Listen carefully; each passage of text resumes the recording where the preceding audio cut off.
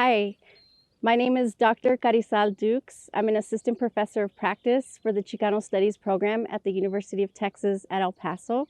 I'm also the undergraduate academic advisor for Chicano Studies. So today I'm going to read from a graphic novel that I wrote called A.W.O.L. A.W.O.L is a military term that stands for absent without official leave. And this is the Spanish edition. And so I'm really happy to be able to share this with you today. The artist for this book is my husband and my creative partner, Ronnie Dukes, and we're excited to announce this Spanish edition. So the first scene that I'm going to read from is the scene where Cruz is about to ship off to her next mission. And so this is a scene where she's administering her father's medication for the last time before she goes off to her mission. De vuelta en la casa Ochoa, aún trempano. Cruz speaks first. Nos vemos, papá, te amo. Cuídate, por favor, y aléjate de lo dulce. The father responds, Lo intentaré, Cruz. Te cuidas en Japón. Corea, papá, Corea del Sur. Cruz continues, ¿Has visto a Esteban? Prometió que estaría aquí para despedirse.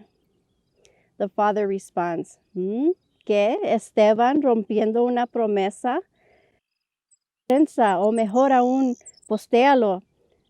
Se hará viral, mija, como nunca ha hecho eso antes. So obviously he's being sarcastic because the son is sometimes not dependable. The father continues, A veces, Cruz, solo tienes que dejar que las personas vivan sus vidas. No puedes ser la heroína de todos. Cruz responds, Qué chistoso. Sí me preocupa. Un poco más tarde, aeropuerto del Paso, sin café todavía. So later she ends up going to the El Paso airport. And here she's at the airport. Bienvenidos a El Paso, Texas, la ciudad del sol. Soy el alcalde Fernie Bambini y me gustaría que me acompañaras en Industry District para el emocionante y nuevo. At that moment, Cruz's cell phone rings. Bueno, Esteban, rajado, me dijiste que... The voice on the other line says to Cruz, Cállate, vamos a matar a tu hermano y no hay nada que puedas hacer al respecto. No quiero dinero ni tampoco quiero ningún favor. Solo quiero que él sepa que las personas que más ama no pueden hacer nada para ayudarlo y que nunca encontrarán el cuerpo. Ten un lindo día. Cruz is confused, obviously, and she says, Bueno, bueno, ¿quién habla? Bueno, bueno. Cruz gets on the phone and dials her father. Oye, papá, ¿has sabido algo de Esteban? The father responds, No, claro que no, ¿por? Cruz says, Entonces creo que está en problemas. Me voy a la casa. The father responds, No seas there's a foul language there. Cruz, tienes un deber y una obligación. No dejes que tu hermano te chingue. Cruz responds, ¿Cómo puedes decir eso? Es tu hijo, de quien estamos hablando. The father says, A veces solo tienes una chance. No la eches a perder por Esteban y sus malas compañías. Voy a encontrarlo contigo o sin ti. Cruz runs out of the airport and calls for a taxi. She jumps in the taxi and says, Vamos a ir a Chaparral. Písale. So this is the moment in the story where Cruz was supposed to ship off to her mission, and instead she learns that her brother is missing and kidnapped. And so she decides to leave the airport and run home to try and find her brother. And so, of course, her father is upset about that because he doesn't want her to ruin her career for her father's mistakes, for her brother's mistakes. This next scene that I'm going to read from is the scene where Cruz is now in El Paso and she's trying to find her brother. So she's going to all the normal spots where he hangs out. And at the same time, she's being chased by the military police.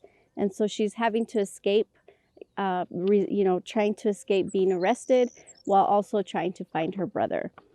And so as she's sort of escaping from the military police, she's running through downtown. And so we get to see some of the El Paso sites that we know of here in El Paso that we also decided to put into our book. El Centro del Paso, Texas. And this is the military police speaking. Más vale que no se haya escapado, Smiley.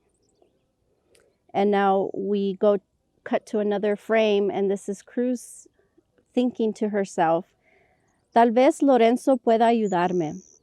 So she's going to her friend Lorenzo's barbershop where she knows her brother hangs out, and she walks in. Disculpa, guapo, disculpa, tengo una cita.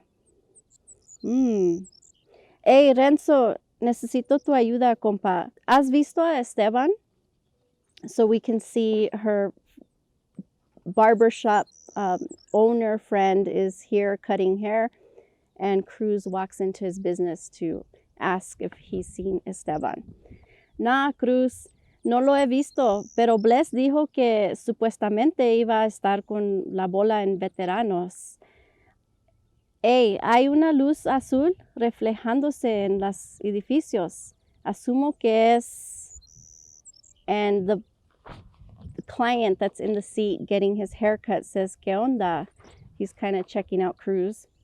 So Cruz knows that those blue lights that are shining on the walls are the military police trying to find her. So she knows she has to escape. So she says, gracias, Lorenzo. Me tengo que ir. Nos vemos. So as Cruz continues running away from the military police, we're now at Plaza Central, so the Central Plaza. And then in the next frame, she's now in Teatro Central. So one of the things that Ronnie Dukes and I have done in our story is we've sort of taken the liberty of creating new spaces and places in El Paso, even if they don't exist. So we kind of played with reality, but also added our own fictional elements. At the same time, we're trying to add inspiration to our city and maybe try to sort of guide some of the decisions that get made in our future building of our city. So there's a mix of fiction and nonfiction as far as the settings and the architecture. So as she's running through Teatro Central, she then runs into El Museo de Arte. And these are the people, the patrons at the museum looking at artwork, and we hear them speaking as Cruz runs through the museum trying to escape the police. Deliciosos aperitivos. And somebody else speaks. Es bueno volver a la realidad por un momento. El comisionado está loco. Linda botas. And Cruz responds, disculpe, con permiso. So she's sort of running into people. And then somebody else who's looking at a painting here, she says, es refrescante. Siento que me habla. ¿Qué? So she's sort of responding, what the paintings, how they make her feel, while at the same time being distracted by this girl that's just running through the museum. And so finally, in the last frame, we see sort of another person standing there looking at the paintings, and this is his response. Es como si hubiera una dimensión más allá de la pintura. So something really special about our book is at the time when we were creating our graphic novel, the artwork, we became really good friends with the former curator, Dr. Patrick Shaw Cable. And so we decided to memorialize him and put him in our book. So this is a very special page for us because it's a special friend, and also because he passed away, and so we wanted to give him respect and memorialize him. So that's the scene where she's just running through the city. And as you can see, we try to add a lot of bright colors. Ronnie's artwork is really vivid. There's a lot of sound effects. And so we try to create the ambiance of the locations. There's a very important character as well in the book, and this is Cruz's cousin, and his name is Conrado. And Cruz sort of suspects that Conrado knows something about her brother's disappearance. And he's also sort of like a loser, like doesn't really have much going on. And so she knows he knows something and he's up to something. And so this is her visiting him at his home to try and get information. And so here she is in Chaparral, Nuevo Mexico, justo afuera de la casa de Conrado, her cousin. And this is Conrado's wife speaks first. ¿Por qué no vas a trabajar con mi papá? Él dice que tiene trabajo para ti. Conrado responds, tu jefe me odia. Toc toc. So we hear someone knocking at the door.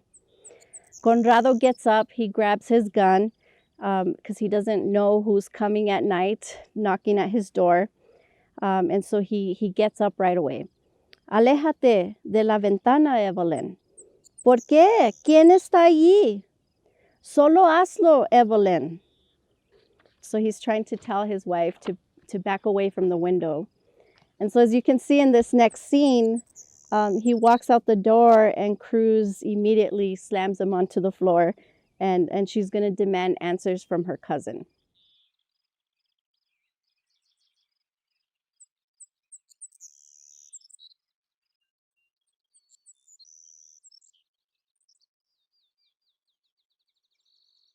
Thank you for letting me read these scenes to you. I appreciate it.